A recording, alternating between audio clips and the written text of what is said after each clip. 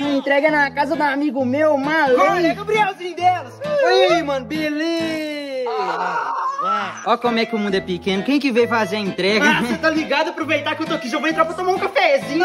Não precisa de você entrar uma hora dessa não, meu filho. Você tá ficando a tomar café, o solzão desse que tá fazendo. Para. Que isso, Gabrielzinho. Cadê humildade, pai? Pelo menos a água, tô ralando o dia inteiro aí. Você me falou solzão desse. Não daria certo se tivesse água aqui em casa. Falar que você que acabou, só tem refri na geladeira. Uma coquinha nessa lua, mala também, tá? Não, mano, tá bom. Eu vou falar real com você aqui, véi.